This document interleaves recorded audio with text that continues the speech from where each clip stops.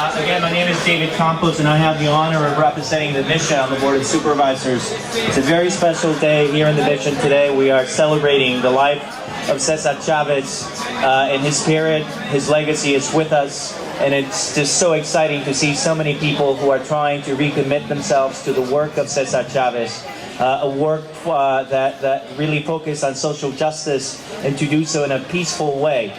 I also think it's important to remember that it's not just Cesar and the many people, but a part of that struggle was always Dolores Huerta. There have always been women. Women have been a very important part of that struggle. And because of that, in the spirit of everything Dolores Huerta has stood for, I'm here to also talk a little bit about an amazing individual, amazing woman, and that is Chata Gutierrez and what she represented. The fact that she promoted the kind of music that we've been enjoying for the last few hours, and I think that it's really important to underscore the relevance of that work. And that work right now is being reflected in this project. You know, this mural, the Chata mural project, is a project that in many respects, it's really not just about Chata, it's really about the community. Yeah. It's really about what Chata fought for, about preserving the cultural legacy. And of course, you know, we have, of course, Cookie Gutierrez here, who, Cookie Gonzalez, who is the muralist. You know, if you haven't seen the picture of the mural, you can see what an amazing work of art it is and everything that it represents. I really think that it's one of those things that we need to make this Chata mural project a success because of what it represents. And we're going to have, and it costs $20, by the way, to buy the poster. And those proceeds are going to be used to make sure that our mural goes up in this neighborhood as quickly as possible to reflect the legacy.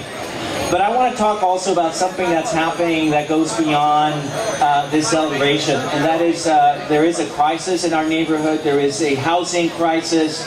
People are being evicted out of the mission. We have an increase of almost 300% of Ellis Act evictions, and what we're fighting for is the soul of the city.